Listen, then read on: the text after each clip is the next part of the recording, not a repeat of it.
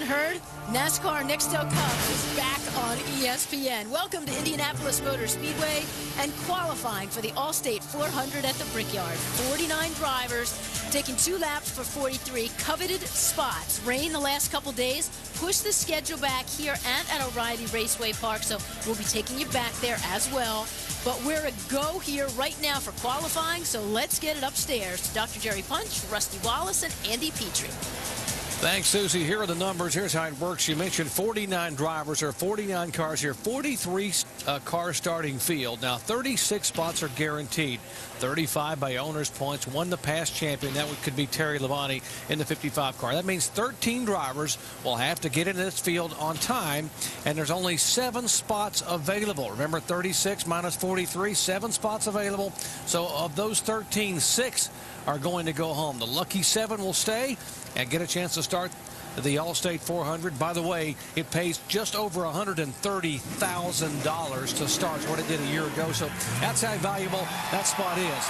And look who rolls first here. The big Budweiser Chevy. 4-time most popular driver for NASCAR's Nextel Cup Series, Dale Earnhardt Jr. And in the practice session earlier today, Earnhardt Jr. was 4th quickest. And he is trying to qualify for his 8th Brickyard 400. Guys? Jerry, what's key right now is Junior's got to get this Chevrolet wound up coming out of the pits. He's got to get the RPMs up all he possibly can. This track's a lot about momentum, especially off of turn 4, Andy, so he's got to get a good hard lap coming to the line. And you see he's got that grill taped completely solid, trying to make the most downforce he can. Probably only going to make one good lap here, and he's got to make this first one count. He's going to take the green this time by. One thing about this track, guys, it's so big. 2 or 3 tiny mistakes can add up to be really big, so he's got to hit his marks right now, every single mark in the racetrack to get it right. See a little tire smoke, that left front tire rubbing the fender. Like you say, you got all that tape on the grill. It makes all the downforce, and the car's traveling all the way down on the racetrack. Earnhardt Jr. has 3 top 10 starts in 7 trips here. His best start was 3rd in 2002. And this great crowd on their feet watching this young man who hasn't won a pole since 2002, September of 2002. You can see that car, the more speed that he makes, the more downforce it makes, and you finally see it at the end of the straightaway, it's actually rubbing that left front tire because the body's all the way down on the tire. He's got that car so low right now. It's okay if it touches a little bit like that, but if it hits too hard, that can really upset the way his car is going to handle. So that doesn't look like it's happening. Let's take a look at this first lap, guys. And Dale Earnhardt Jr. flashes by 49.068 seconds, a first-time by for Earnhardt Jr. And that's just a tick slower than he ran in practice, and it was full cloud cover when he ran that lap in practice. That's a pretty good lap. That's a good way to back it up, especially with the sun on the racetrack right now. Screwed up turn 4 pretty big. Sorry about that. Pretty good. 1 and 2, and 3 and 4 I got down in there too early and kicked that concrete just a little bit right before the rumble strips and got a little loose. All right, Dale Earnhardt Jr., 183.419 miles per hour. He's the first car to go out, and we'll wait for car number 2. Let's check in down with Susie, who has a special guest who, all the way, by the way, happens to be our track record holder here in Nextel Cup. Yeah, Doc, I was going to say, if you want to talk about speed, then, of course, the Mears name is synonymous with speed here at Indy. So Kasey Mears holds the track qualifying record here with the pole in 2004. You're going to qualify much later in the day. So what did you think of Dale Earnhardt's run? I thought his lap looked great. I thought he ran a real good lap. What he was saying, it sounded like what we do is we get down below that white line to help the car turn a little bit. And it sounds like he might have got down below that white line off of turn 4 and got the car just a little bit loose. But the car looked great, real clean lap. And I think that's a great lap time, especially for the heat of the day like this, like Andy was saying. What do you think about this next young man coming up, Reed Sorenson? He was awful fast today. You think he's going to be able to back that up? Well, I know Jimmy can put together a good race car. I've been here with him, and we've qualified well, and they ran good in practice. So I'm looking forward to seeing what they run. Okay. Let's throw it back up to you guys, Doc. All right, and this car was the fastest car in the one and only practice session. And Kasey Mears should remember this car because it was in 2004 in this very same car that Mears set the all-time NASCAR Nextel Cup Series track record. Jimmy Ellens, the crew chief for Reed Jordan, says it was good enough for Kasey. We thought we'd bring it back here and see what Reed could do with it here today. Jerry, this was another good-looking lap. The car looks low to the ground. I mean, he's right out against the wall right there, using up all the track he possibly can. He ran a 48.88 in practice. See what he's gotten his first time by. 49.06. It's 48.85. He bested the time just a little bit. Dale Earnhardt Jr. was about a 10th off. Sorenson was just a little bit quicker. That's a great lap. He's backed up his practice speed, and that was the fastest in practice. That's the fastest lap we've seen all day long, so he's done his job so far.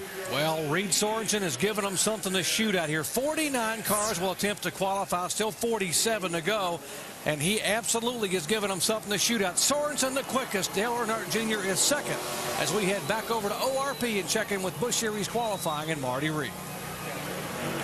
Hey, Marty, back here at the big track in Indianapolis with Dale Earnhardt Jr., who ran just a little bit slower than your practice lap. You apologized for turn 4. Everywhere else, you seem pretty happy. Yeah, I made a mistake down there and got in the corner a little too early and just got loose. But I like to do the best I can. My guys give me a great car this weekend, and we've had a good day so far in practice. And it's really hard or tough when you can't do your job, because that's the main point. That's why they put us in there. But especially going early, it's going to hurt us. These guys are going to pick up speed as it gets later and gets cooler, and I was trying to get all we could get, and I just hate I didn't get as good a lap as I could. I think we lost about 3/10 on that last corner. Thanks, Junior. Doctor, back it up to you. All right, thank you, Dave. The guy we're watching right now is going to already had a very busy day. It's going to get even busier as he tries to qualify here and then scoot over to O'Reilly Raceway Park to run the NASCAR Busch Series race. And he is the current NASCAR Busch Series points leader and trying to get this car logged into the field today, where he was 31st quickest in practice. Not going to be happy with this lap at all. 49.82, and you can see on our lap tracker there that where he started losing it off of turn 2. That's a little bit slower than his practice runs, which I didn't think that he put a lot of emphasis in his qualifying effort in practice, but this is a little bit slower than I'm sure he was looking for. Yeah, that really surprised me. I thought that he was spending most of his time in race runs, but this qualifying run was not where it needed to be.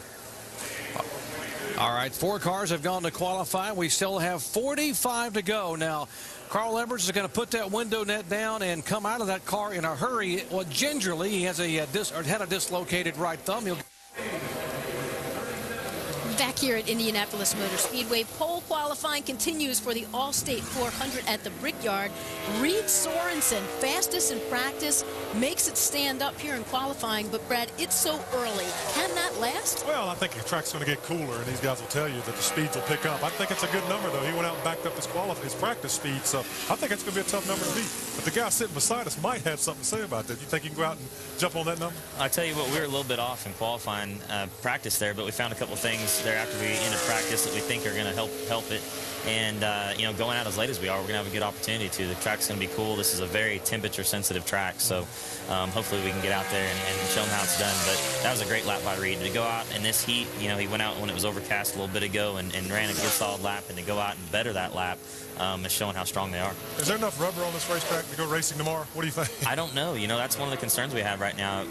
You typically in practice, you'll get about 4 or 5 laps out of your tires when you first start your day here at Indy, and then as practice goes on, you'll be able to get 15, 20, 25 laps out of your tires. But we're seeing, even at the end of practice, only getting 4, 5, 6, 8 laps out of tires before you're seeing cords. Obviously, you might be able to run more laps than that. So we're hoping that when the race starts tomorrow and all the cars are on the track together at the same time, they'll be able to lay down enough rubber where we can all go racing. Kasey, of course, holds the track qualifying record with his pole right now. That belongs to Reed Sorenson, and he's with Dave. And Susie, he will be answering the question for us, which everyone wants to know. Qualifying that early, Reed, is there any way that lap is going to hold for the pole? I don't know. It'll be tough. I mean, that's the best lap I could do at this point in time. I do think the track's going to get better. Hopefully the sun will stay out as long as it can. But, pretty much every track we go to, when it cools off, it gets faster. So that's not a good thing to go out early. You think Kasey put some good vibes in this car and left him there when he left the car? Yeah, I mean, it got this car and another one. I know he knows exactly which one I'm talking about. We're rebuilding it right now. We're going to bring it out later this year. But this is the first time we've had this car out. Put a new body on it. The guys did a great job at the shop. And it's a big weekend for Target, so we're just trying to do the best we can for them, and I think we'll be pretty good in race trim. Reed Sorenson on the provisional pole. Doc Punch, back up to you. All right, thanks, Dave. This is the guy that's been the one to beat at Indianapolis Motor Speedway. Jeff Gordon, 3 poles, 4 wins. But, guys, in practice today, he was not even close to the top 15 or barely toward the top 15 overall in speed. Yeah, they kind of struggled a little bit in practice, but they did make headway on it, and they moved themselves up a little bit. And doesn't look like he's got a pole run going right here. And it seems like that Reed Sorenson must have really got off of turn 2, because everybody right here seems to be losing it right off of turn 2. We see that tracker go down. So, and then here we see Gordon be able to pick it up a little bit between 3 and 4. This is going to be a decent lap. It's the best looking nose I've seen in his car so far. It's been flying the nose a little bit. Now the nose is low to the ground, expected to be that way in qualifying. Let's take a look at his lap here. Yeah, he lost a little bit there off turn 4. This track is very difficult right now. It's a lot of heat in it. 49.52. He ran a 49.44 in practice, guys. He'd lost a little bit, almost a tenth of a second there. Currently, he's 4th at a 49.52, right? And only one top 10 start for you Jeff Gordon fans in the last 7 trips here to Indy. But guess what? He's got 2 wins and 5 top 8 finishes. No matter where he starts, he is a factor here at this racetrack. Susie? Well, let's touch on the Hendrick teammates, because Jeff didn't really look on point in practice. Jimmy Johnson was second to last in terms of time. What were you guys sharing? How difficult was the day? Well, Jimmy actually didn't even do a qualifying run. So they were just working on race trim. They're having issues with their tires wearing out pretty fast as well. So they're just trying to grab a hold of that and worked on race trim throughout the whole practice. So that's why they're so far back. I know Jeff felt like he was a little bit loose in and tight in the center, and it looks like that may have been what happened there. He either got a little bit loose in or was just really tight and never quite got to the bottom off of turn 4, and that seemed like where he lost a lot of his time. Kyle felt really good. Kyle felt like his car was very good. We were similar in ways. We all had a meeting, kind of talked about it, and I'm hoping that we got that National Guard GMAC Chevrolet going like that 5 car. What's your plan? Our plan is we just looked at what they were doing. We actually found something that we made a little small mistake on. We didn't realize what upper A-frame we had on. We had a little bit different upper A-frame, so we're going to go back on that. And, you know, I feel like my car was pretty good. I felt like I drove it too hard in 3 and 4, so I feel like I back up my entry a little bit. I can put in a pretty good lap. And then having that late draw never hurts, having that cool weather. We appreciate you stopping by. Best of luck in qualifying, and, of course, for tomorrow. Yeah, thank you, guys. Yep, Thanks, Kasey Mears. And let's go back to ORP, where qualifying there is in the books. Let's send it back to Marty Reed.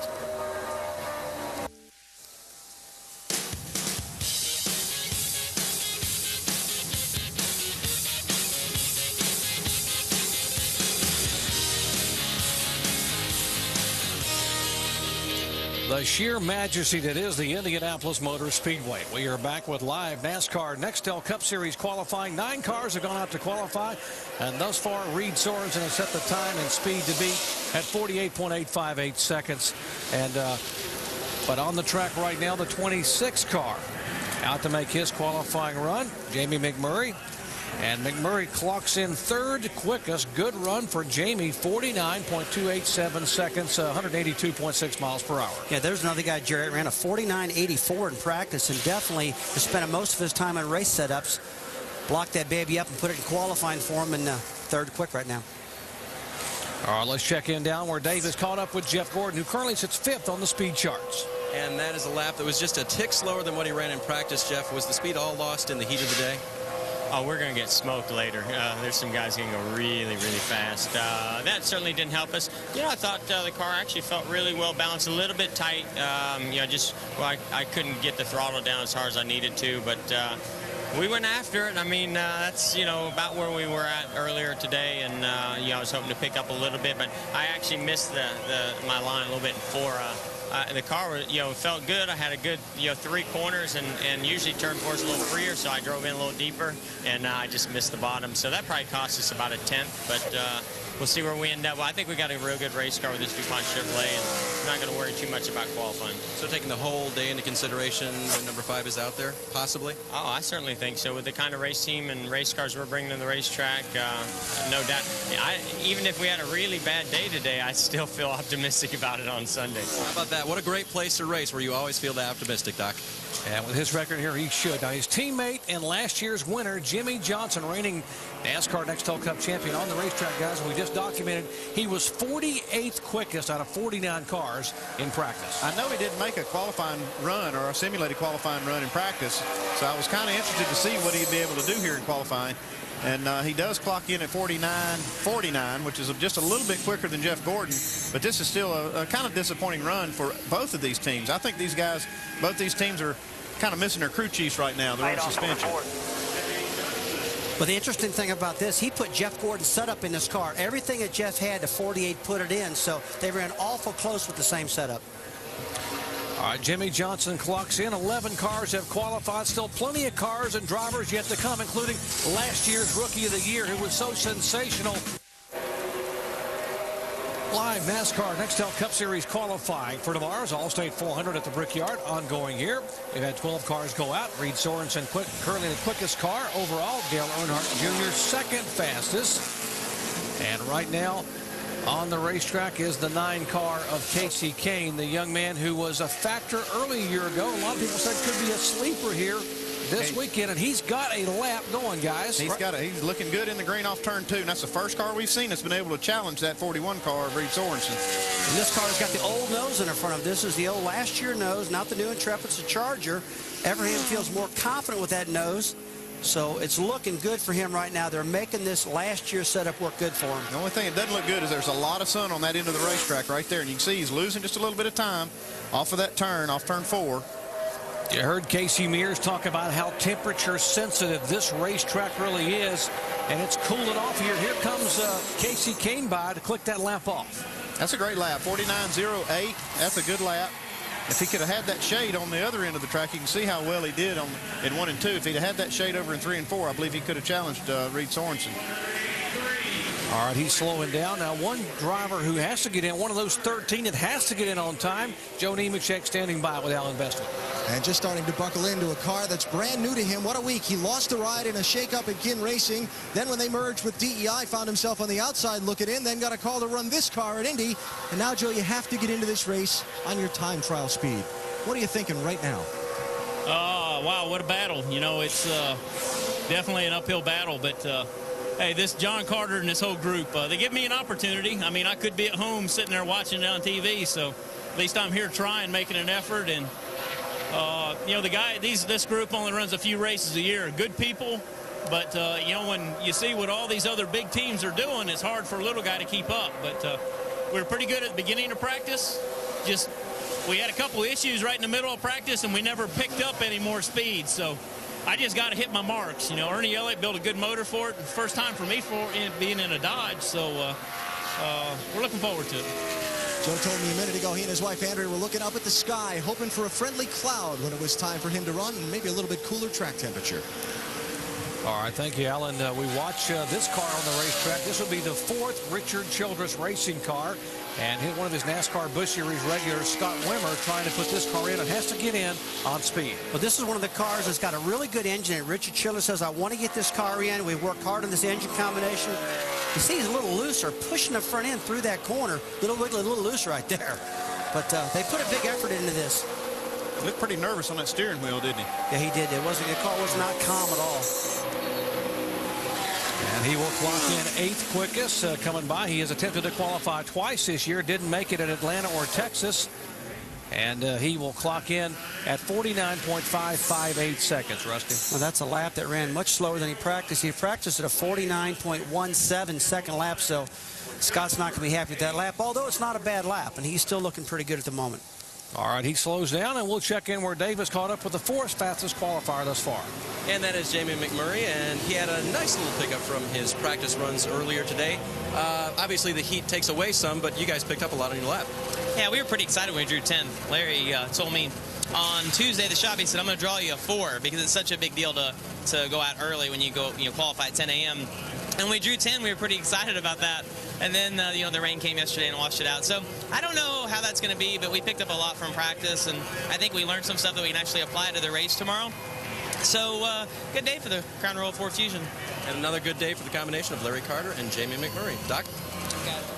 All right, thank you very much, Dave. We talked about, as you take a look at Ryan Newman coming up to speed there in this Penske car, about how temperature sensitive this racetrack is and has been over the years. And here's a look at the track temps as they've evolved here early on in qualifying. And we see when Dale Earnhardt Jr. took his time, it was 105 degrees. And now it's already raised to 108 when Kasey Kahne went at 5:54. And we see that sun. That sun's not shined this bright really all day. Even though it's getting lower in the sky, it's still the clouds have kind of cleared out. And we see more sun on the track than we've seen all day. It's been really inconsistent here, like you said. You know, you want a shade over the racetrack. And now we've got the sun out, and actually the temperature's coming up, so it's really fooling these guys about what they thought would happen.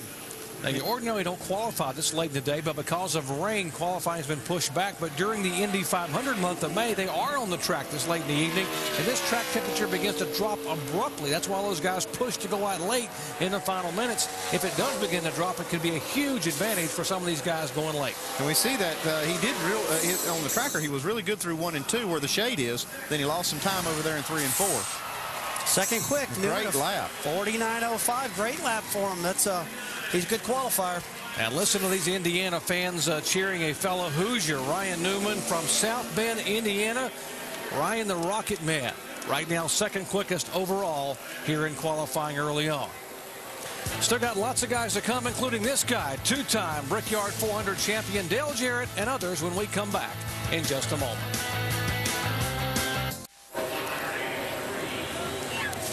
NASCAR Nextel Cup qualifying continues for the Allstate 400 at the Brickyard. What a way to get things started. Dale Earnhardt Jr. went off first. He currently sits in third. Well, he came out and laid a really solid lap down. Did a great job. I'm really surprised, Susie, though, at how the times have fallen off by tenths just with the sun coming out. Yeah, and he originally thought going off first would be a great thing, but because of rain, everything's sort of inverted here. Ryan Newman, he holds the second fastest time. You always expect Ryan Newman, Rocket Man, to lay down a solid lap in qualifying, and he did. Right now, he's second. Yeah, on Dale Earnhardt Jr.'s tail in points for the chase for the Nextel Cup. That's right. They're hanging tough. Reed Sorenson, he put down the fastest practice time and it held up so far here in qualifying. Yeah, he backed up his practice time. He's one of the few guys to be able to do that today, and he has laid down a solid lap. That's going to be a tough one to beat. It is going to get cooler, though. I think there's some quick cars coming. Looking for his first career pole. Let's go out to Dave now. He's got Kasey Kahne. Yeah, Susie, we're on pit road. Kasey Kahne's pulled in, one of the top 3 right now. Actually, he's just been bumped back a little bit. But a 0.8, a pretty good lap after your practice runs earlier today. Yeah, we picked up 3 tenths, so I felt good about that. We've had a good car all day. We unloaded with a fast car. The engine program is better. The balance of the car aero-wise is much better. So we're looking forward to it. It's the first time I've actually felt like we're a top 10, top 15 car again. And that's nice to see, Jerry, because they are trying a lot of things at Evernham Motorsports to get back in the game. And absolutely, this is the Kasey Kahne guys we saw a year ago when he won 6 poles and had a series-high 6 wins. This team really has found himself here in this week, and maybe Ray Evernham, who's never shy about making changes, may have hooked on something. Here is the 70 car, Johnny Sauter, 16th quickest out of 17 cars that have gone this far at 179.712 miles an hour. It's going to be hard to keep a team like Evernham's down and get back to Kasey Kahne. Those guys did. They won a lot of races last year, and they know how to get it done. You just got to get back on their game. Here comes another guy that's getting back on his game is Kurt Busch. Kurt Busch was really good in practice. He ran a 49.04 second lap, which is really a pretty quick lap. He stacked up 7th when practice was all over. This Miller Lite Dodge looks, the nose is really low on it. Just what you got to have. This team's just out of the chase right now, and they're going to be working really hard to try to get in there. His fellow Penske teammate Ryan Newman, the Rocket Man, currently on the outside front row, second quickest, and we'll see what the team car can do. Tell you what, he's got a great lap going right now. He got through turn 1 and 2. It's fallen off a little bit on the back straightaway right now, but entry into 1 and his 1 and 2 was very, very strong. Seems like everywhere the track is shaded, we see these cars able to pick up time on Reed Sorenson's pole run. But here we are in the sunshine on this end of the track. He gets through that corner real well. We see that line coming back up towards the baseline. So he's got a good lap going here. Now this is one of the most important parts of the racetracks. When you exit turn 4, he didn't get off that corner as good as he needed to.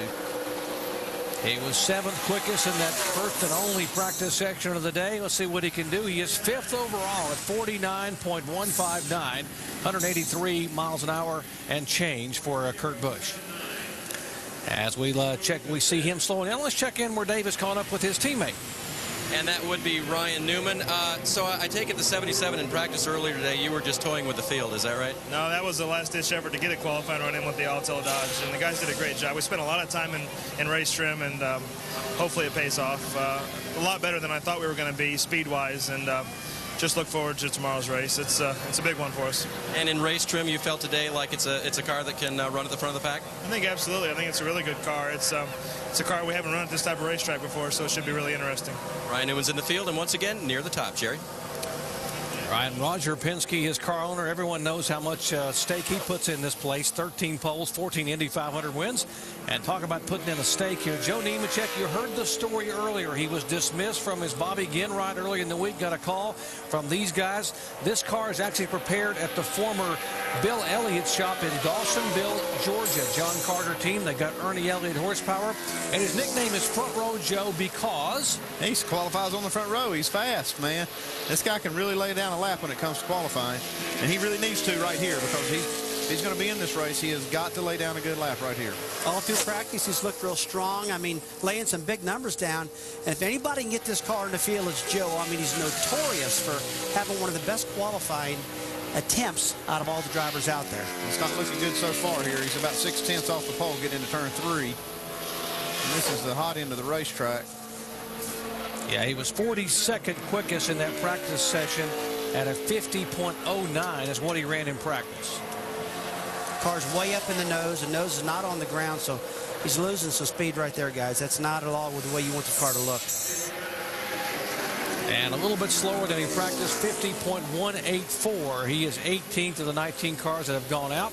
And remember now, he's one of the 13 must get in on speed guys. And there's only 7 spots, so 6 are going to go home. And I'm not so sure that's going to be good enough to do it. Now, that's 5 of these guys that's already gone, and he is 4th out of those 5. So it doesn't look good for Joe to make the race on that speed right there. Again, 19 cars have qualified. We still have 30 to go. There are 49 cars here to make the field. And one guy we're welcoming back. Good to have him back. Texas Terry, the 2-time Cup champion, down with Alan Bestwood. Terry's a 2-time champion here, leaning up against his car, getting ready to qualify at Indy. I'm sure you probably didn't expect to be here maybe a month or so ago. What's it like to be here on the grid, getting ready to qualify now? Well, it's okay, and got to thank Michael Waltrip Racing and Michael for asking me to come over here and run the car a little bit. And Napa Auto Parts Toyota is been fun to drive, and we were pretty good in our race practice, and we switched over to qualifying there, and we didn't pick up quite as much as I was hoping we would, but. So these guys are doing a good job. They're working hard, and you know, hopefully we'll have a good run on Sunday. Not racing every week. What have you been doing? Well, I watch them every now and then, and I don't know. It's been kind of nice to have a break and not do it every weekend, but also I miss it some too. You know, so I enjoy coming back and running a few races. That way you get, you know, kind of get to come back and race and see some of your friends and stuff like that. So it's pretty neat. All right, Terry, good luck in your lap here in a minute. His teammate for this weekend, Dale Jarrett's on the track. All right, thank you, AB. DJ trying to qualify for his 14th Brickyard 400, Allstate 400, a 2-time winner here. He has 4 top 5 starts here in Indianapolis. His best start was 2nd in 98. Qualified 3rd in 97 and 4th in 99. But and he found some speed in practice, but he still was concerned that it would not be enough. And I'm concerned right now that it's not enough because he's almost a second off, and he's not even on the main straightaway yet. So it's not looking good for Dale on this lap anyway. I don't know if they've got enough opening in the grill to run a second lap. If they do, they need to really try to give it a shot here. Tell you what, I don't give up at all on anything, but this lap right here is definitely not what Dale's hoping for. He's last right now at a 50.36 up in lap, which is almost, guys, 7 or 8 tenths of a second off of what he practiced at. So I'm afraid Dale's in trouble right now. Again, he's one of the 13 that must get in on speed, and right now doesn't look good as he is 6th of the 6 cars that must make it on time and speed. Back in just a moment.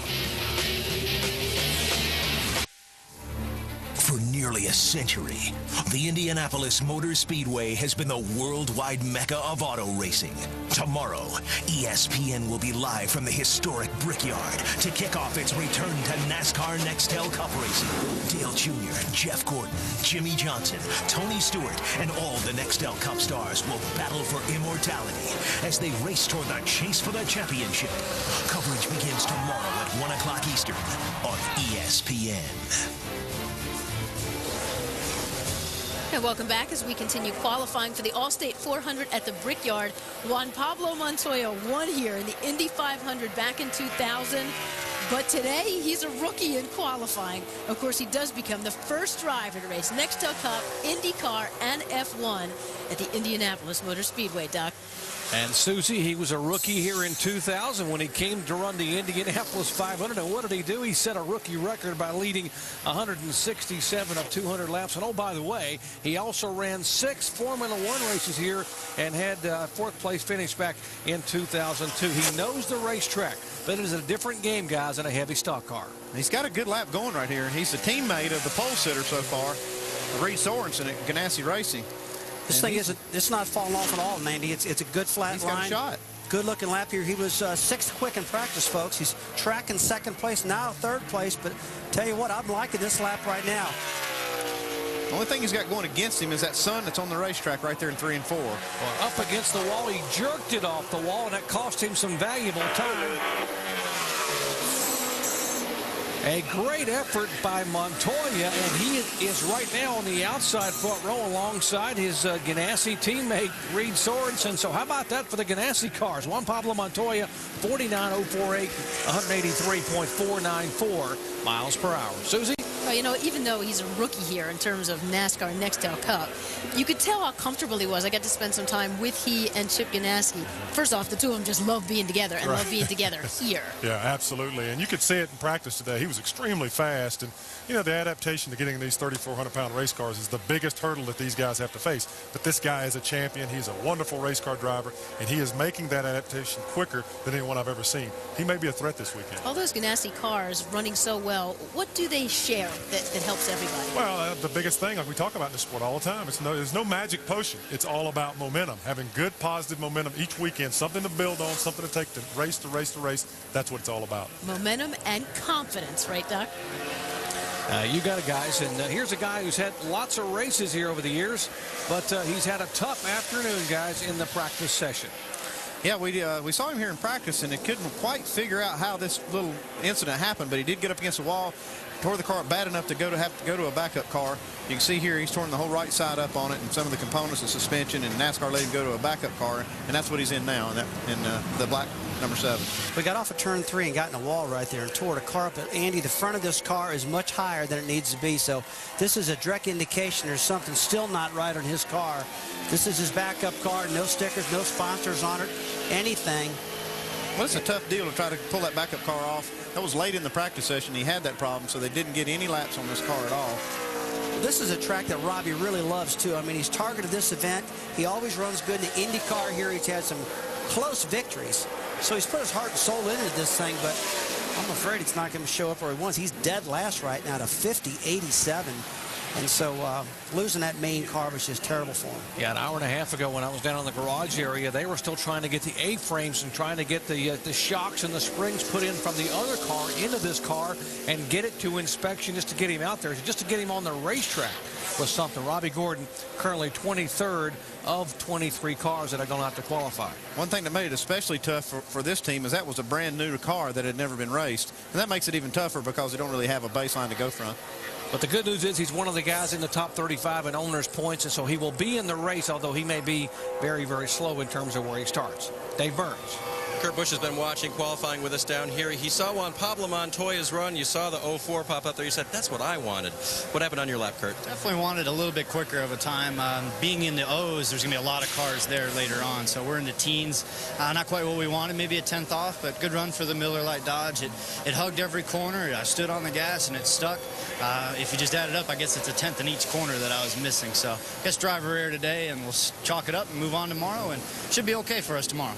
Okay, let's go back upstairs. Jerry Punch, Ward's on the track. Thank you, Dave and Kurt. And we are taking a look at Ward Burton in the Morgan McClure car, number 4.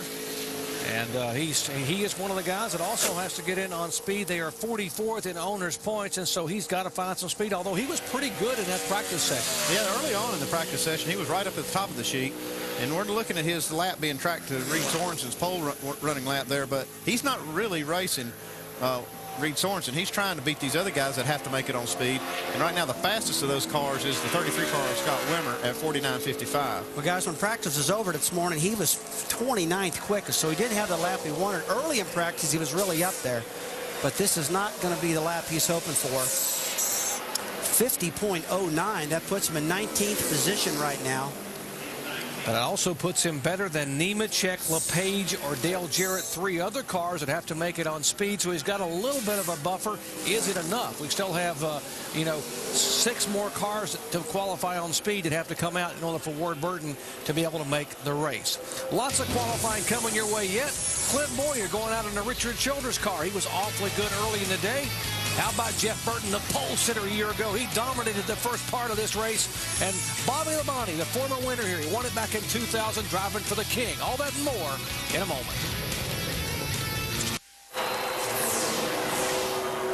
Back at Indianapolis Motor Speedway, Indiana, qualifying for the Allstate 400 at the Brickyard. And boy, do the fans here in Indiana love this guy.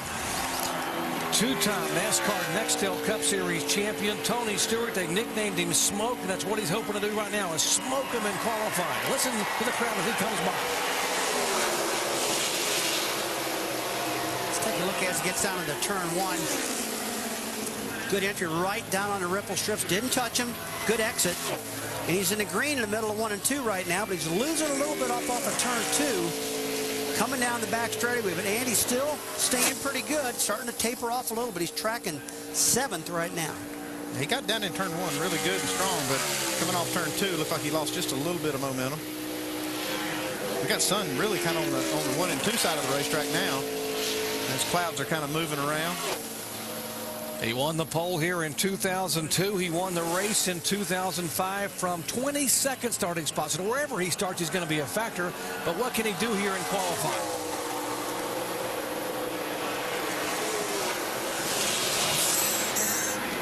Eighth quick right now, 49.27.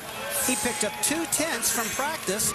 It's good for Tony. Now, we know Tony can win this race. He's done it before. He's not big on qualifying, doesn't care much about it. But, hey, look how hot that car is. Yeah, they tape these things up all the way. You see that little bit of flame coming out the exhaust. All that is just a little bit of unburned fuel. We see that quite a bit. But he did get it. Got all he could get out of it with that tape on the grill. 8th overall. Well, winning here means so much to anyone. But if you're a native Indiana boy, it is the ultimate.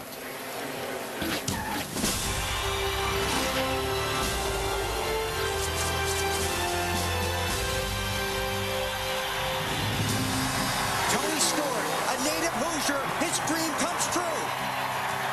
The Indianapolis Motor Speedway to me is like the holy grail in racing. And always has been, always will be. I mean, there'll be nothing that'll ever take its place. But to finally win at the Brickyard and finally accomplish a dream of just winning a race there was everything to me. I mean, it's been the biggest race of my career.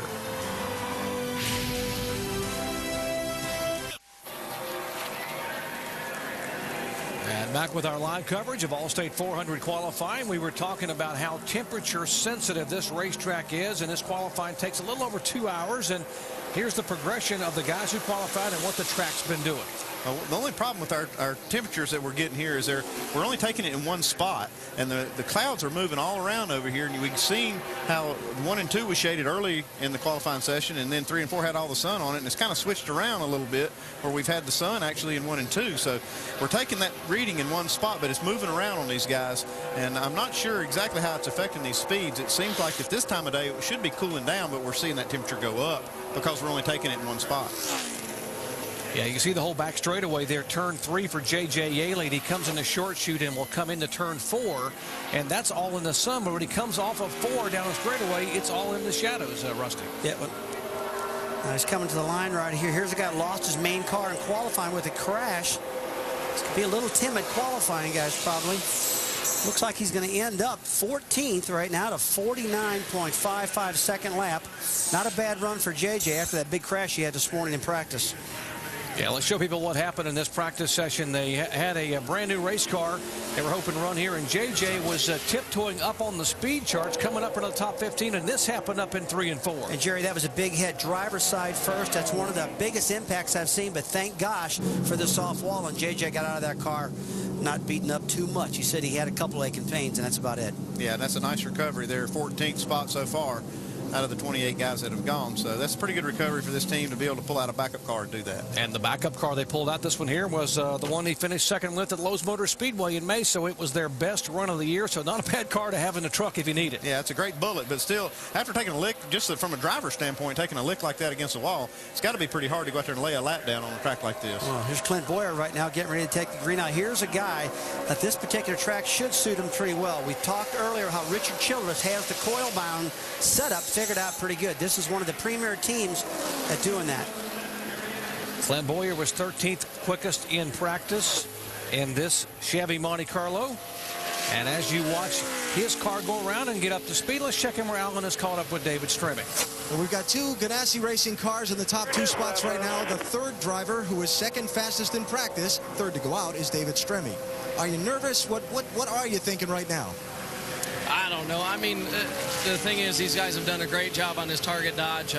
Everybody in the engine shop built us some great horsepower, and we just got to go out and hit our marks, take it easy, and hopefully if some clouds come, it's going to help us out. I mean, this track's real sensitive to weather, but we haven't changed much from practice. We kind of went off our teammates, what they said, so we'll see. I mean, I want to get a pole, but, you know, if one of us is on it, it's good. So we just start up front there.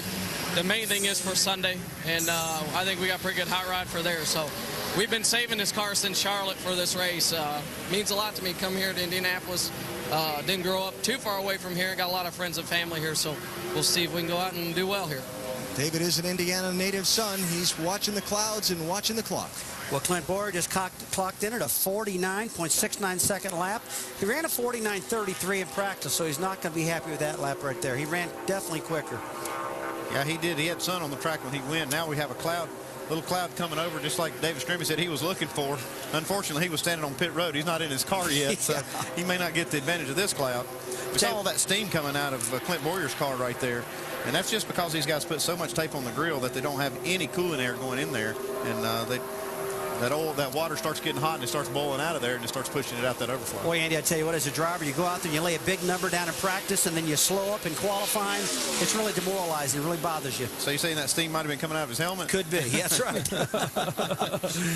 All right, this guy, let's see what kind of steam this guy's got. Awesome Bill from Dawsonville. Bill Elliott, the 2002 winner here, won it in a Dodge, driving for Ray Evernham. He is driving a Ford for the Wood brothers here.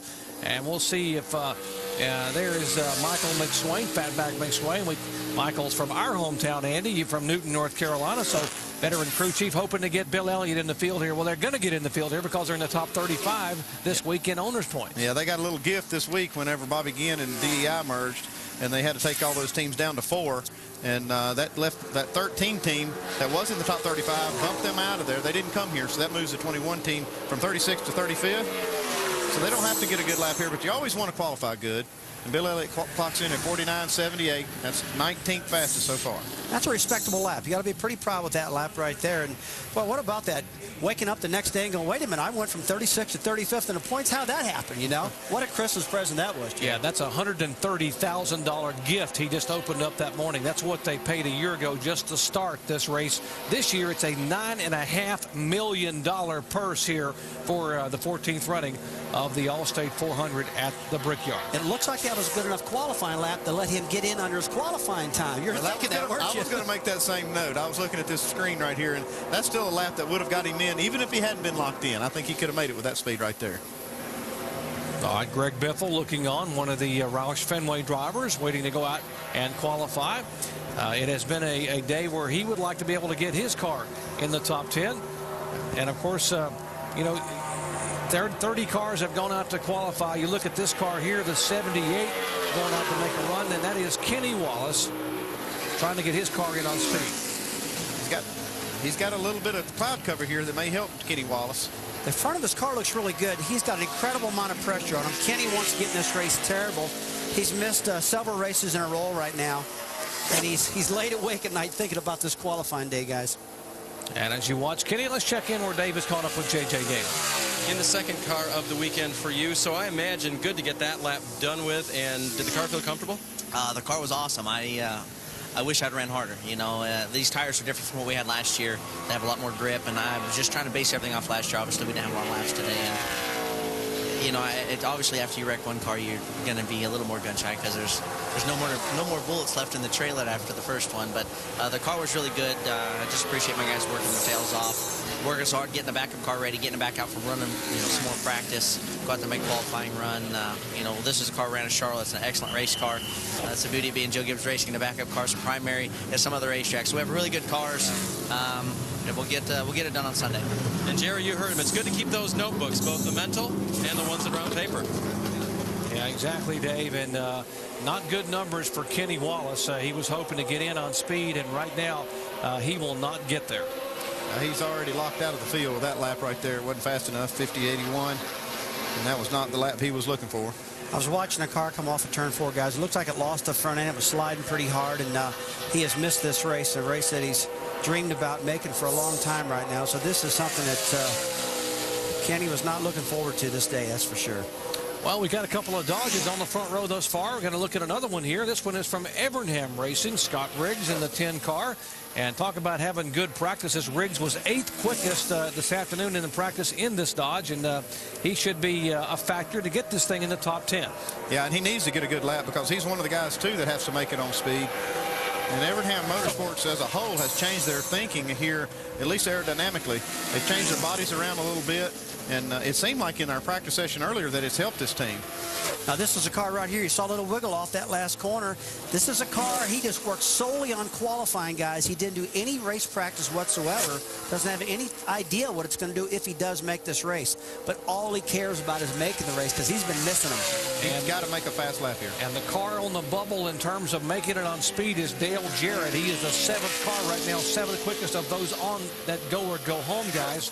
And if Riggs can hang on here, that will bump Dale Jarrett out of the starting lineup for the Brickyard 400. And Riggs is on pace to do that. It looks like Dale's lap is in jeopardy here because Scott Riggs got a good lap going. This is going to be good enough for top 10 right now. And that'll be the fastest of these guys that have to go or go home.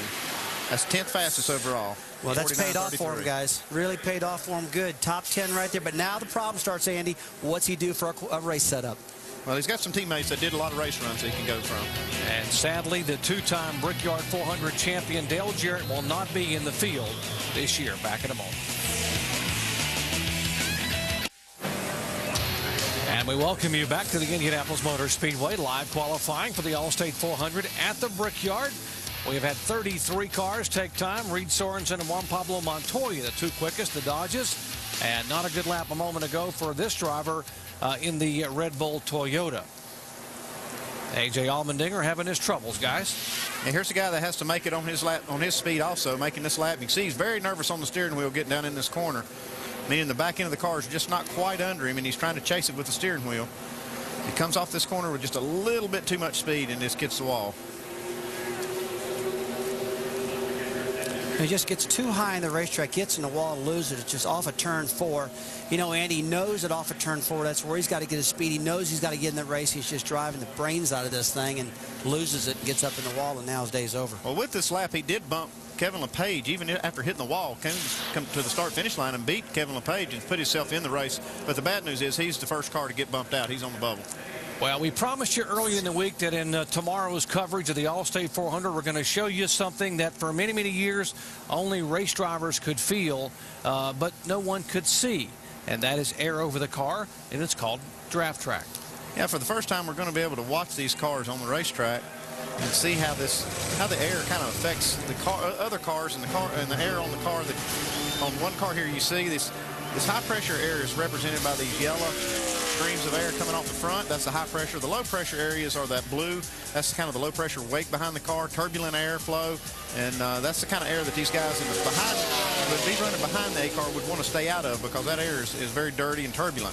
Now take a look at the 29 car, Kevin Harvick. Now this particular racetrack, you want to stay out of that jet stream of air coming off of Jeff Burton. He's going to lose the downforce, but in the straightaways, he's picking up speed because he's in the draft. Now he's going to pump down the corner, and he's out of it. And we'll be able to show you that tomorrow with the cars in the draft and the lines of cars in draft. That's going to be pretty interesting to watch, fascinating to watch what happens with the air and how it affects the handling of those cars front and rear. Let's check in with Alan Bestwick. Elvis is in the house, and he's about to go for probably what would be a very scary ride were he able to see from the hood of Kevin Harvick's race car. Kevin, you won this race from the pole in 2003. You qualified 10th, finished 3rd last year. You were 30th on the practice sheet today. What number are we looking for now? Yeah, our car really hasn't put up any big numbers, you know, for the first lap. You know, second and third laps are a lot faster than the first couple laps for our recent Chevrolet. So, I don't know. I mean, the weather's obviously in our favor, and I screwed up both qualifying runs, so that doesn't really give us any guidance as to where we should be time-wise. So, we're just going to go out and do the best we can, and if we qualify good, we'll be happy. If we qualify bad, we'll be okay with that, too. All right, thanks, Kevin. He's getting set to go in just a little bit. Dave? Alan catching up with Bill Elliott, who's had a very interesting week. He really was going to come to Indianapolis with 2 opportunities to get him. One, he's a very good qualifier. Secondly, he got that champion's provisional, and then in the middle of the week, somebody buys a team, and you guys are up in the top 35 in points. So did that change the way you guys went after this qualifying run? Well, it changed the way we did the practice this morning because we really needed to practice yesterday on Friday because for us, we need more time to gel together. We've not tested together in the old car at present here.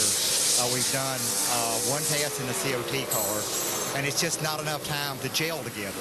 And, you know, we come in here, and the race car is pretty decent. We worked on a lot of race stuff this morning, and we really went farther in. We were going to try to make a qualifying run earlier, and we elected to make another race run instead. And we only made 1 qualifying run, yet that put us about a run or 2 behind for a qualifying run. But we still picked up pretty good from our practice time to our qualifying speed, and that's important. And if we can just keep chipping away at it, nibbling away at it, and I mean, it's a good race team if we can just get them back where they need to be.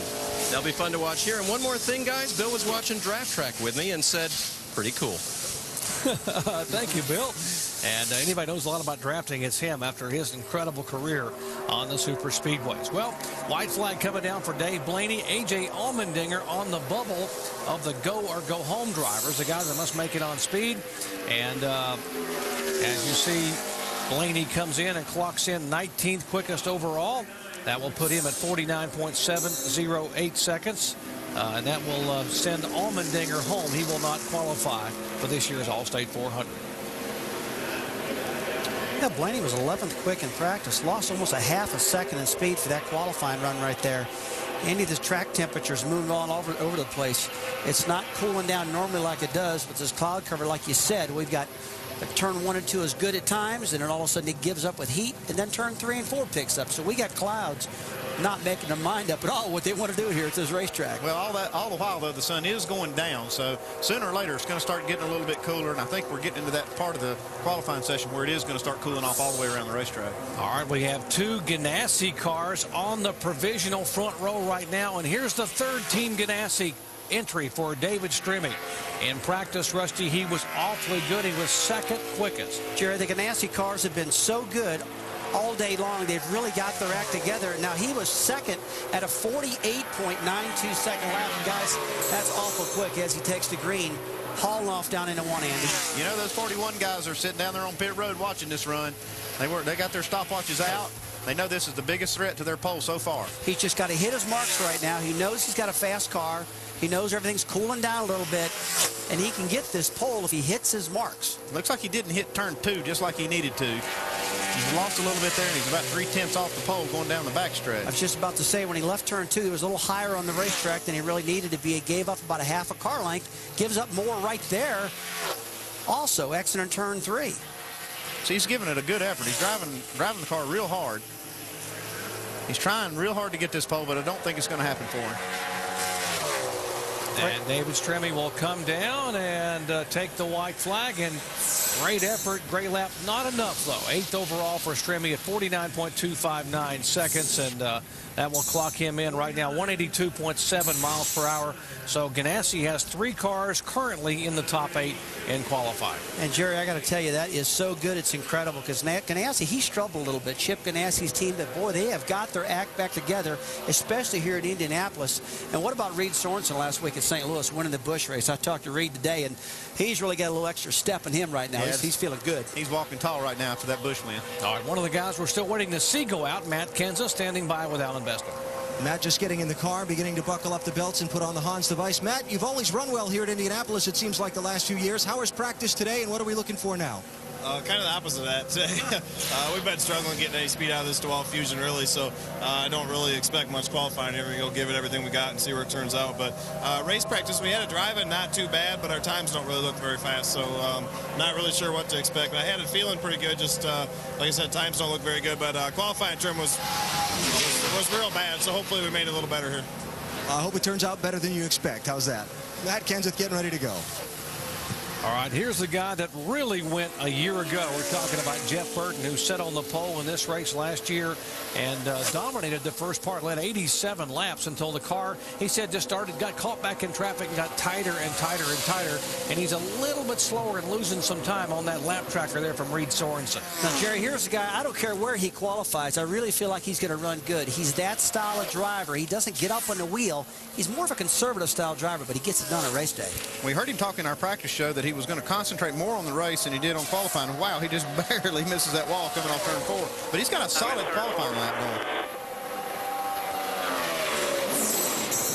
And he will flash by 7th quickest. So Jeff Burton, as you heard Rusty say, is a factor no matter where he starts. He's that kind of driver in a stout car. You see Scott Miller there. He knows that he's got a horse and a race car that can win this thing. All right, we've had 36 cars go to qualifying time and speed, but we got some awfully good contenders coming up as the track starts cooling off a little bit. How about the former winner here from the pole in 2003, Kevin Harvick? Matt Kenseth, who finished second a year ago. And pole qualifying for the Allstate 400 at the Brickyard continues. Chip Ganassi Racing occupies the front row. They have never started a race 1-2. That's a pretty good weekend so far. That's strong. They've got their program starting to come around, and Sorenson got him a great Busch win. But right now we've got Elliott Sadler. He had a great qualifying run in practice today. If he can back that up, he'll be right around that top row. And it seems like these two teams, if they needed a big weekend, this is it. And you've got Ray Evernham and Chip Ganassi, and all their drivers have looked pretty good. Yeah, you see where he's at right here. He's right on that line. He's got a good lap. He's losing a little bit going through 4. Slides the car just a hair. Gets off the tracker. See what he does. Doc Elliott Sadler, a NASCAR veteran. This could really turn a season around. Absolutely, Susie. Set on the pole here a couple of years ago. Only ran 3 laps last year. Had problems entering turn 1. The car just swapped on him and went backwards into the wall. And 14th overall for Elliott Sadler at 49.342 seconds. Let's check in where Alman is caught up with Kenny Shrader. Who is one of the guys that has to get into the field on time. Kenny, you've been watching the times, know what your car did in practice. What are you thinking of your chances? We went fast enough in practice and wasn't very happy with the car. So we worked on that, and track was a lot warmer. So I'm thinking that we're going to be fine. I wish you well. Thanks. Ken Shrader about to go. He's back in the BAM racing car for this race. We haven't seen Kenny on the track since May at Darlington. Dave? David Stremme has been on the track week after week, and today it looked like he was going to have a shot at the pole. Our guys up at the booth said it looks like he's trying hard. Was it that you tried too hard, David, or was it something with the track? I don't know. I mean, we were a little free that run there, and we were a little free our last run. You know, it's important not to use all your tires up coming to the green because the place will take grip away as you come to turn 4, coming to the white, and you only got 1 lap. And I don't know if I didn't run hard enough in 4 or what, but I got into 1 and it just wasn't comfortable. I couldn't really pull on the wheel any and get back to throttle, so I know I lost a lot of time there. But 3 and 4 was good, so it don't matter. I mean, at least somebody's going to get the front row out of our organization, and you know, what matters is tomorrow, and I think all 3 of us have really good cars, so they've done a great job on the target Dodge, and we'll go from there. All right, that's David's training. Doc? All right, thanks, Dave. You're watching Bobby Labonte, the 2000 winner here, trying to make it 14 starts at the Allstate 400. He has 6 top 10 starts. His best being 3rd in 2000 when he led 21 laps and won this race. And, boy, he drove it between turns 1 and 2, didn't he, guys? Boy, he drove that car hard down into turn 1, and you can see that went into the green between 1 and 2. But he paid the price a little bit off turn 2. Well, right now he clocked in 24th at a 49.75. And, guys, that's a big pickup from practice. He was 45th quickest in practice at a 50.31, so almost 0.6 of a second pickup. Good job for Bobby Labonte.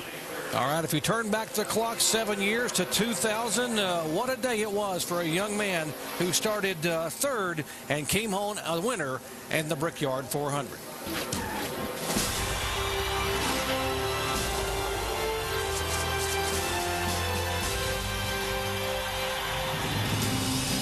Unbelievable. We won that race. It was... Bobby Labonte is the bridesmaid no more at the Indianapolis Motor Speedway. I could see myself in victory lane shots.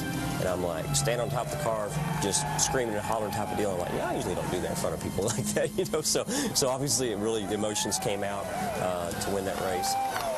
Man, what a satisfaction to put in the cap. Bobby Labonte won that race by passing Rusty Wallace with just 13 laps to go, and what a great finish that was here at Indianapolis. And talking about great runs in Indianapolis, this guy here, the only driver to win it from the pole, and we're talking about Kevin Harvick, who won it here in 2003. Well, this guy flat knows how to get it done. He knows how to get around the Brickyard. The car looks good right now, low in the left front. Through turn 1 and 2, he did a good job right there. Tracking 8th quick right now, Andy. Yeah, we've been waiting all day long for the racetrack to finally cool down enough for these guys to have a real advantage at the end, and it just hadn't happened because of the cloud cover and the way it's been all day. But Kevin Harvick giving it a good hard run into turn 3 and in 1 and 2, but it's not going to be good enough for him. It's about a half a second off. And he will flash by 17th quickest. Really tight off the 4. Yeah, we heard him say really tight off 4, and that's where he was getting beat pretty bad over there. Yeah, 49.519 seconds, 181.7 miles per hour. So Kevin will start outside the top 15. Let's check in where Alan is caught up with Jeremy Mayfield, who has waited a long time to put in his qualifying lap here at Indy, a couple of hours almost now, Jarrett. Well, I should say almost a couple hours now. You have to get in on time. You've been watching the guys you have to beat. What are you seeing as far as the numbers are concerned? Well, the thing that surprised me is how the track team just kept going up, you know, according to TV earlier. So hopefully it's gone down a little bit now every time we get up there to go down. But that's the biggest thing. You know, I just thought it was going to be a lot cooler than what it is right now at this time of day. And, you know, but we'll do what we can and try to get our 360 OTC Toyota a good lap and hopefully get in the race. Is it nerve-wracking to sit and watch for a while? Oh, it's very nerve-wracking, and you know, then I watched Dave go out, and I think he got in the wall a little bit and slowed down, and just a lot of things can happen. You know, you got one shot here, and everybody knows you got to keep your momentum up and not make any mistakes. It's kind of nerve-wracking a little bit, you know, just the thought of waiting this long to get there, not knowing what the weather's going to be. Just a lot of things that are going to come into play here. Good luck with your lap. Thank you, buddy. All right, take a look at the 2003 NASCAR Nextel Cup champion, Matt Kenseth. You heard him say he's never been a very good qualifier here. In fact, he's never started in the top 15 here. His best start was 17th in 2003, but he has 4 top 5 finishes. But right now, he's not looking bad. He's 21st tracking right now. He was 41st in practice. And Matt, as he said, he's just not a good qualifier. Really doesn't care much about it. But I'll tell you what, you better look out for this guy on Sunday because this track is all about turning good, and that Dodge always turns good. I mean, that Ford always turns good. Yeah, the only problem is we heard him say he was tied off. He's not turning as good as he needs to right here in this qualifying run, but I'm sure Robbie Reiser and those guys are going to get this car tuned up for the race. All right, 27th overall for Kenseth, who finished second in that same car here a year ago to Jimmy Johnson, so he won't have a good starting spot. But as you said, when the day is over, look for this guy to be among the top 10, if not the top 5, and a factor here in the Allstate 400. Well, qualifying continuing, and now it is nail-biting time. There's a couple of cars left to go. Who's going to make it in on speed?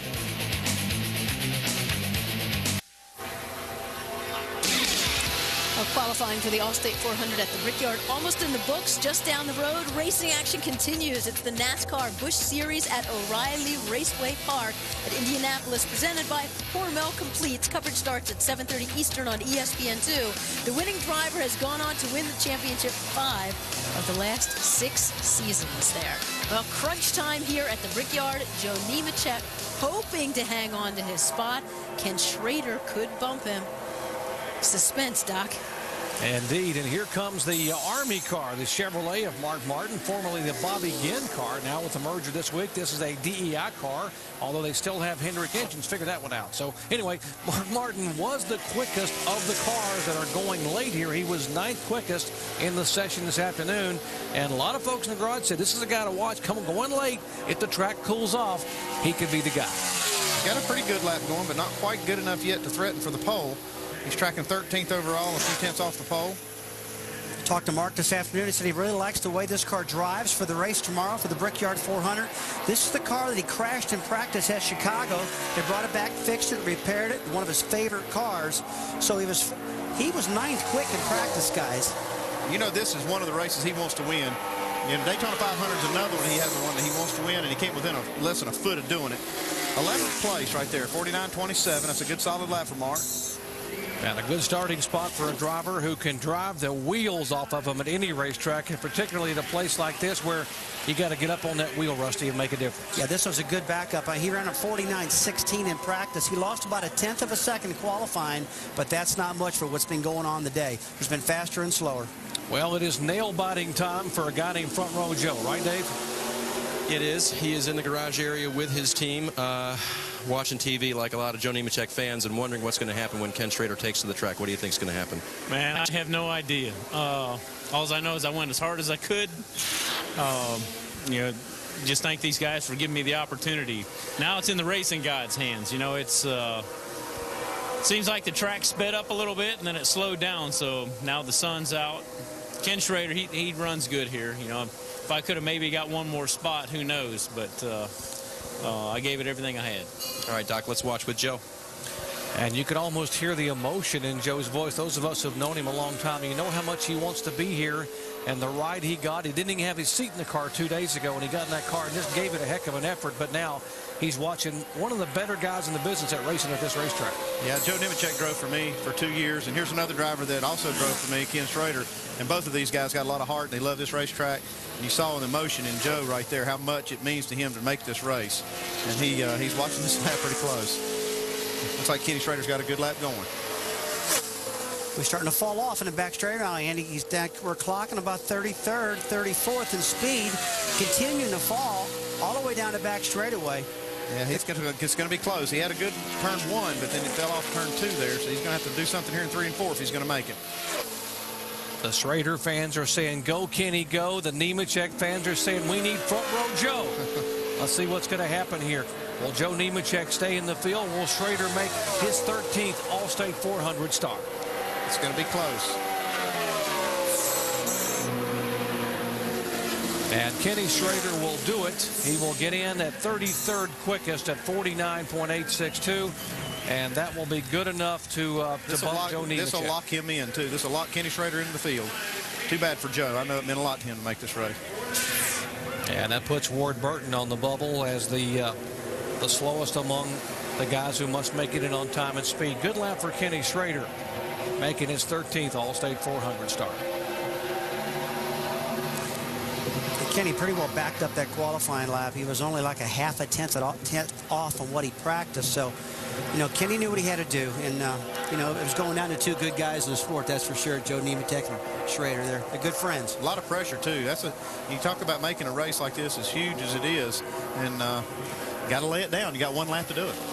That man taps on your hood at the end of pit road and says, okay, you got 1 lap to see where you line up. And he did it. And here are the guys that did not qualify, have already been bumped. Joe Nemechek, Kevin LePage, 2-time champion here. Dale Jarrett, Kenny Wallace, and A.J. Almendinger in the Toyota. Well, on the racetrack is the young man who holds the track record here. How appropriate that a driver named Mears holds the qualifying record at the Indianapolis Motor Speedway. He was 1 year old in 1979 when his Uncle Rick sat on the pole and won the first of 4 Indy 500s for Roger Penske. Can Kasey Mears now get it done? He's got a shot. He's got a shot right here. This is one of the biggest threats we've seen. He's got a great lap going right now. You can see our tracker is pretty flat right now. He's tracking 5th in the speed. Here he goes. He's picking up some speed right here. And that is a key corner, Andy, coming off of turn 3 into 4 right now. This corner here is the most important corner. If he can get off of here solid, he's got a shot at him. It looks like he just slips a little off that corner. Just nudged the wall coming off. I got a little tight off And he drove the wheels off of it, so much so that he got up against the wall a little bit coming out of 4. Casey Mears was close, but 9th quickest overall. What a lap. What an effort for Mears. Oh, what a great lap of 49.17. Just a good lap for Mears. And like he said, he was tight off of turn 4. Now, you know, baby, you can't be tight off of turn 4. You got to be wide open, no problems right there. Now, you got to be able to leg that throttle off turn 4, and he just couldn't quite do it. And let's check back into our pit studio where Susie has another special guest. Right, the 2000 winner of the Allstate 400 at the Brickyard, Bobby Labonte. Well, what do you think of your qualifying effort today? 27th right now. Yeah, I'm on the left side of your screen right now, and I'm fixing to go to the right, which is not where you want to be. So, as y'all very well know, that's not where you want to be at. But we picked up some from practice. We weren't, man, I just didn't feel like we could get our car going speed-wise today. Paul and the guys did a great job working on it. We tried a lot of different things, and you know, I feel like for the race, I'm gonna say what everybody else will say. I think it'll be better, but hopefully tonight we'll think about it. At least it's not an impound race, so we can think about it tonight and make the right decisions for tomorrow. And you know, hopefully we can you know, do that. See what happens. I've been talking all day about the racetrack and the lack of rubber. What's your opinion on the race tomorrow with the lack of rubber on the racetrack? Well, I feel pretty sure that NASCAR will give us a mandatory caution as long as we don't have a caution before the mandatory caution. And you know, it's just really abrasive. And you know, you could see that camera. The guys, you guys that do that picture of the bricks are kind of, something's gone through them. Yeah. It's that diamond cut, and it really does wear out the right side tires quite a bit. We did the tire test up here. We didn't run a whole lot, ran a few laps, and for Goodyear. And I mean, we just saw a lot of excessive wear. So with the lack of rubber on the racetrack, you'll see a lot of excessive wear tomorrow until towards the end of the race. So your strategy will be to obviously need great pit stops to advance yourself, and you know, a good run with your race car as well. Yeah, that's our key, and have a lot of tires, I think, on hand. Yeah. But yeah, great, good pit stops, and you know, obviously, you know, we got to have a great race car. And you know, I feel like you know, seeing a lot of Dodges up front, and I feel like we can make ours better. We just didn't do a very good job at it today, and you know, there's nobody to blame but myself. So I'm going to take that tonight and go home and put my tail between my legs. Pretty good effort for Tony Raines, who currently sits 11th. How difficult was the whole day? All the rain and having to wait, conditions changing constantly. Oh yeah, it was. You know, yesterday we made that one set of tires last about almost a day and a half yesterday, but today we couldn't do it. But it was pretty aggravating. Obviously, getting up this morning thinking at 8:30 we're going to go, and man, just never really. It was the track that wouldn't dry. Yeah. So the little track that wouldn't dry. But you know, we got full day in practice and qualifying, so everybody should be. We just did it all condensed, and you know, it's kind of aggravating for most everybody. Jeremy Mayfield coming up now, who could bump Ward Burton. What is that feeling like to not know you're locked into a race? I don't know, and I don't want to know. I could just, but I know enough to know that is got to be hard. I've seen a few, you know, talk to some of the guys that have to make it in, and well, I tell you what, you can just see it on their face. I mean, it's just really stressful for them, and man, it's just it's so close, and the competition's so tight. Yeah, it's just a stressful day for those guys. Yeah, it was good. Well, Terry came out today and he had a pretty good run. It was good to see him back at the racetrack. I know you guys got a chance to hang out a little bit. What was that like, hanging out with your big brother? Yeah, well, I called him today. I said, "What are you doing?" He said, "I'm in the 55 truck." I said, "Well, come over." I hadn't talked to him actually. I talked to him on the phone last night during the truck race, but I didn't talk to him today or yesterday. Kind of just never did meet up with him. So we got talked a little bit today. He told me about his Oxford run last weekend in the Oxford, Maine, so we got caught up on that. So I think we're caught up for a little while now. Oh, that's great. Bobby, we're glad you're with us for a bit. Let's go upstairs to Doc. All right, Jeremy Mayfield, the final car that has to make it on speed, and the big question is, Ward Burton is on the bubble at a 50.096. If Mayfield runs quicker, he's in, and Burton is out. If he doesn't, he's out, and Burton is in, and he doesn't get it done. 50.411 seconds, and Jeremy Mayfield will not make it in this year's Allstate 400, and Ward Burton will get in to the Allstate 400.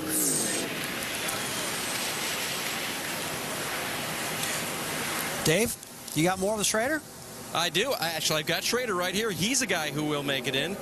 Pressure on. You put the lap down. Good job. There was a lot more there. In the car, not pressure.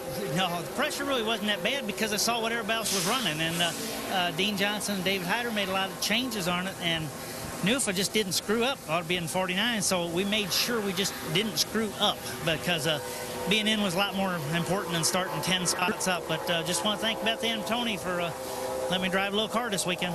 That's a good start for Ken Shrader to his weekend. He will be in the Brickyard 400. Yeah, good to have Kenny back. Has sort of that Elvis-looking suit on there with the 21 on it. We pick on him about having a nice uniform representing the U.S. Air Force. Good to have him in this year's field. Well, Jerry, you know, Kenny Shrader and I, we've got an airplane hangar together back in Concord, North Carolina. We all have to make this payment every month. And I need Shrader to give me a little money, so I'm glad he's in this race. Glad you don't have an agenda here, Rusty. Well, I got a little bit of agenda with him. Whoa, it's one car wiggled big time getting down in the corner right there. Martin Truex is going for it right here.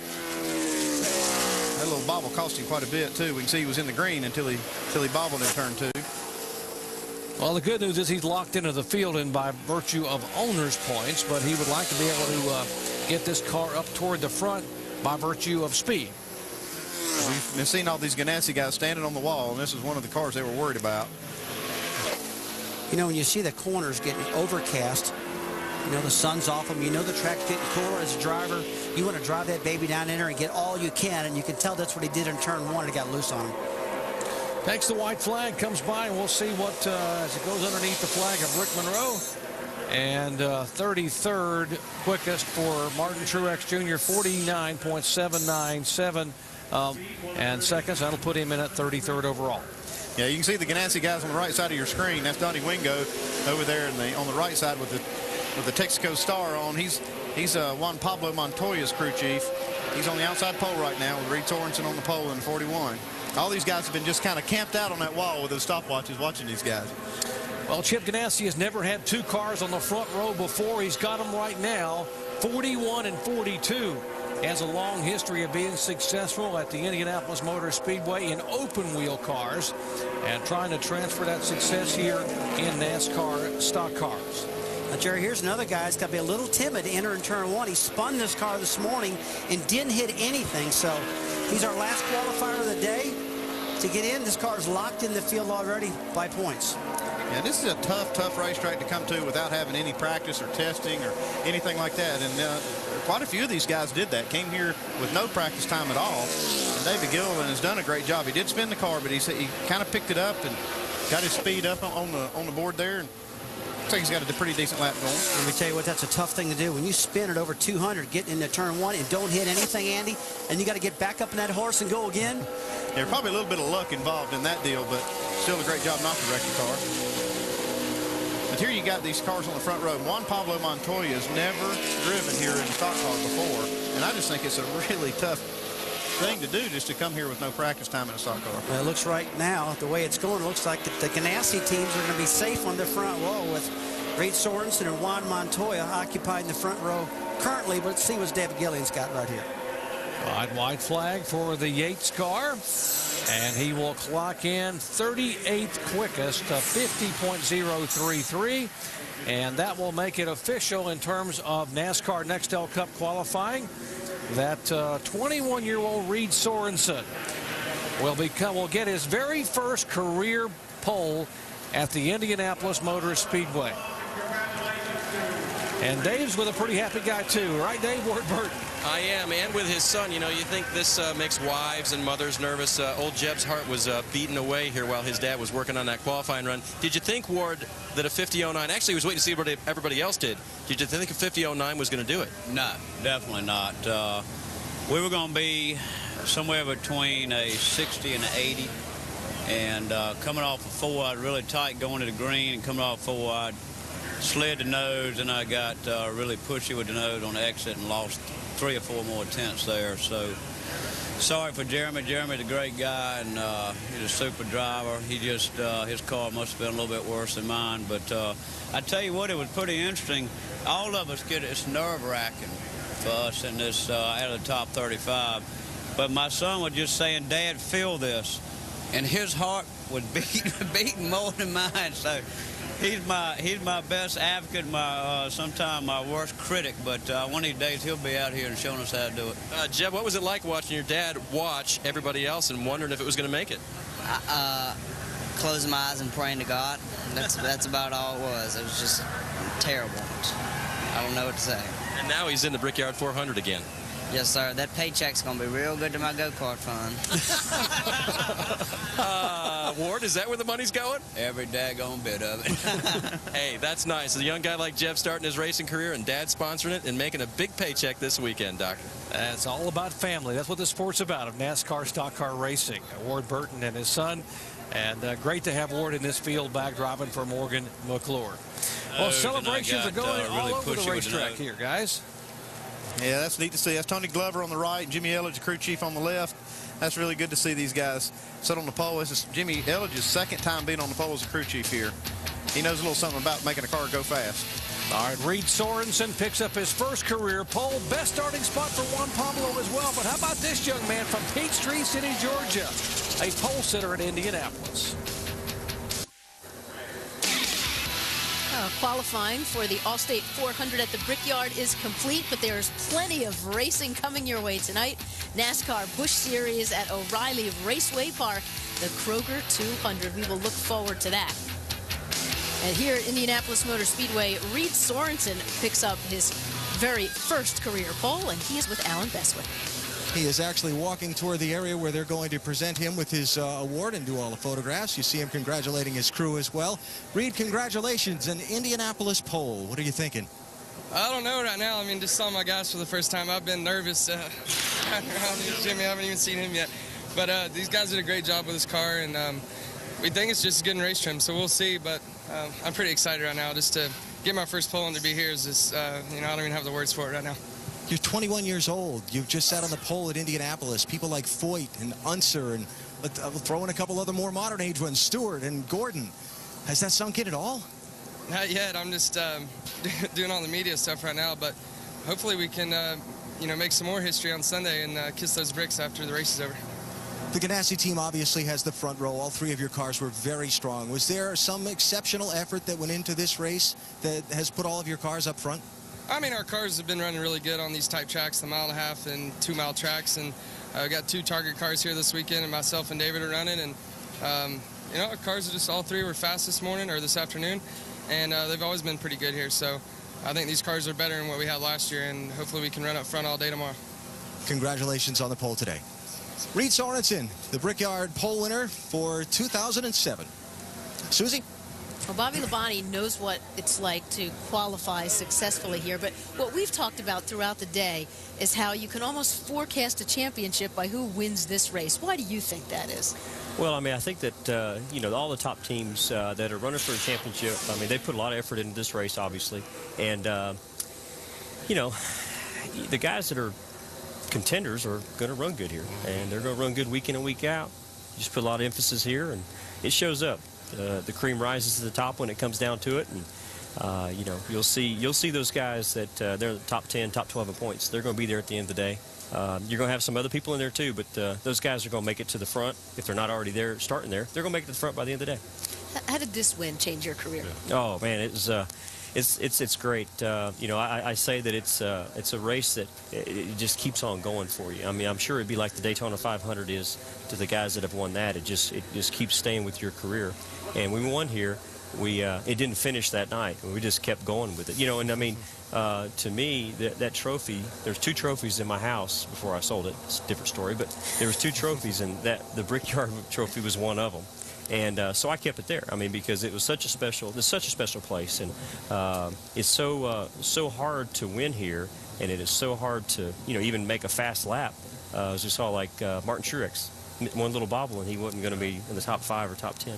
So it's so hard after 400 miles, and man, it's just it's a great feeling. So like I said, it's a win it'll stay with you for a long time. Well, that's what I was going to ask you. You've had a great career, just an extraordinary career. You won a championship, you won a lot of races.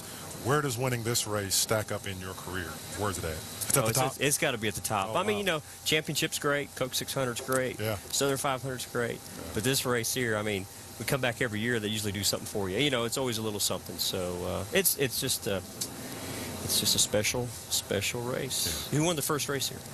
Who won the first race here? I have no idea. The Indy race. First Indy race. Yeah. Was it Ray? Ray Haroon. Ah, there you go. All right. 1911? See, when you, yeah, 1911. See, when you win here, you got to figure out, you got to know all that stuff. That's right. That's right. Well, you become part of history. Chip Ganassi, also part of history here, but in Indy cars. What about now? With Chip right now, let's ask him. Both cars on the front row for an Indianapolis race. It must feel good. What are you thinking? Well, hooray for Reed and Juan, and hooray for Target and Texaco. We're happy, Alan. Obviously, this is an important place in the world of racing. It's important to do well here, and today we did well. We're pretty happy. I asked Reed the question. I'll ask you too. Did your teams make some exceptional effort for this race? Both cars on the front row, and the third one not that far behind. Yeah, no, I think we had a couple things up our sleeve that we were trying, but I don't think, nothing out of the ordinary or out of the normal. We just have a lot of experience around this place in a lot of different cars, and that sure helps when you come back here. I know some of your drivers are very excited about the chance to win at Indy. You have a long history with this place. What would it mean to you to win tomorrow? It would mean a lot, I can tell you. It would mean a lot. I mean, we've obviously won here in May, and this is certainly a notch in our belt we don't have yet. So it would be hard to put into words, I can tell you. Congratulations on a great Saturday, and good luck for a good Sunday. Thank you very much. Chip Ganassi, his car's on the front row, Doc. And Alan, the field is finally set for the 14th running of the Allstate 400 at the Brickyard. Take a look. All Ganassi front row. Sorenson, Juan Pablo Montoya. 5 Dodges in the top 6. The only Chevy there, Dale Earnhardt Jr. starting outside row 2. Greg Biffle, the fastest qualifying Ford, and he starts in 8th position. Casey Mears, you see him down there. But Tony Raines, great job for him. He's starting inside of row 6. David Stremme was a threat for the pole. Got a little loose off of turn 4 and didn't get it done. Yeah, we see Jimmy Johnson right there at 19th spot. And that's not too bad. He was about 45th, I think, in practice, so that was not a bad recovery for him in qualifying. Jeff Gordon, the 4-time winner here, starts back inside of row 11. You see J.J. Alley in a backup car, not a bad effort. Clint Bowyer, he could be a factor. He likes this racetrack. And, of course, the former winner there, Bobby Labonte, starts inside row 15. Bobby's always been good. He'll be a factor driving for the King, Richard Petty.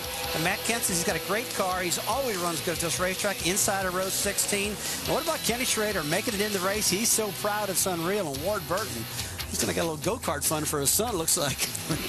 Yeah, and it's noteworthy that we talked about this Ginn merger was good for these guys that locked them in the top 15 or the top 35, but it was the Ward Burton and the Kenny Shrader cars that actually are the winners here, because those other 2 cars ran fast enough to make it on time if they hadn't been locked in. So the real winners of this deal have to be Kenny Shrader and Ward Burton. And what about the effort for Chip Ganassi's team? I mean, the first time Chip Ganassi has ever swept the front row in a stock car race, it's pretty incredible. Jerry, what a big day for Chip Ganassi Racing. It was unreal to have Reed Sorenson on a pole after winning St. Louis last week. And Montoya, that was a big surprise. This guy really got around the racetrack.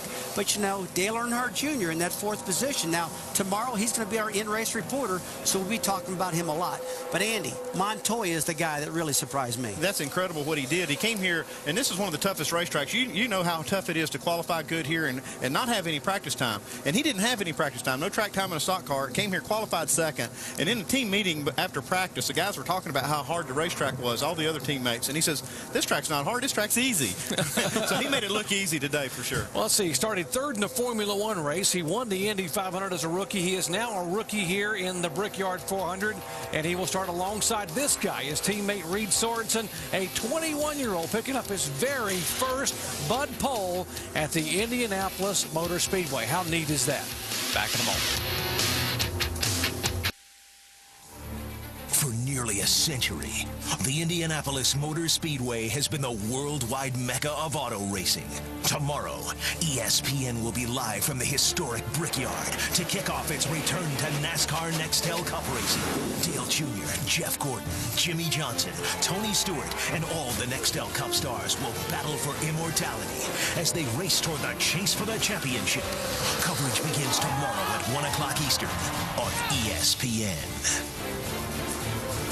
Well, the field has been set here at Indianapolis Motor Speedway, and now the work and the worry really begins. The worry is the drivers wanting to know, can they join an elite group of names that have won at this historic facility? The work, well, you got to convert these cars over from the qualifying mode to the race mode, a mode that will allow them to run for 400 competitive miles at this racetrack. What do they have to do? Let's go down to our Dish Tech Center and crew chief, Tim Brewer.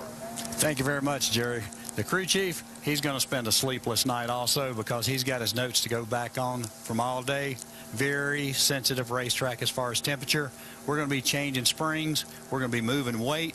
We're going to be changing shock absorbers, and we're going to be rethinking it all night long. We're going to come in the morning. We're going to get input from the driver, the engineers, and it's going to be a sleepless night. But you still have to go back and build a lot of adjustability in the car, spring rubbers, air pressures, shock absorber adjustments. It's a sleepless night, but we're going to chase this thing all day tomorrow. Hopefully, we've got a good baseline with just a little bit of adjustability built in the race car. Maybe we can win this race, but it's going to be a tough one. Join us tomorrow, and we're going to chase this racetrack just like the rest of those crew chiefs in there. Go ahead, Jerry. All right, thank you, Tim. All the work ongoing in the garage area, trying to get these cars converted over. They're thinking while they're working, trying to figure out, can we get the car dialed in just right, this car on the pole, to be able to lead and be there when it's over at the end of 400 miles. Susie. Bobby Labonte wrapping things up here with us. How do you sleep the night before a race? What are you going to let Paul and Steve worry about it? That's what Tim just said. That's exactly right. So what do you do tomorrow, Bob? I mean, first 10 laps. Yeah. Are you trying to advance your position, or are you just going to ride? We try to advance your position. That's the key. And hopefully we can get some good clean air as fast as we can, get some good pit stops like we talked about, and try to get up front fast. Big day here today, and we are looking forward to the 14th running of the Allstate 400 at the Brickyard. Coverage begins at 1 p.m. tomorrow. Thanks to Bobby Labonte for being here with us, who also won a Busch Series championship as well as a Cup Series championship, and that sets up where we're going next. And we'd like to congratulate Reed Sorenson on winning his first career pole. Right now, we're going to send you down the road for the countdown to the NASCAR Busch Series at O'Reilly Raceway Park.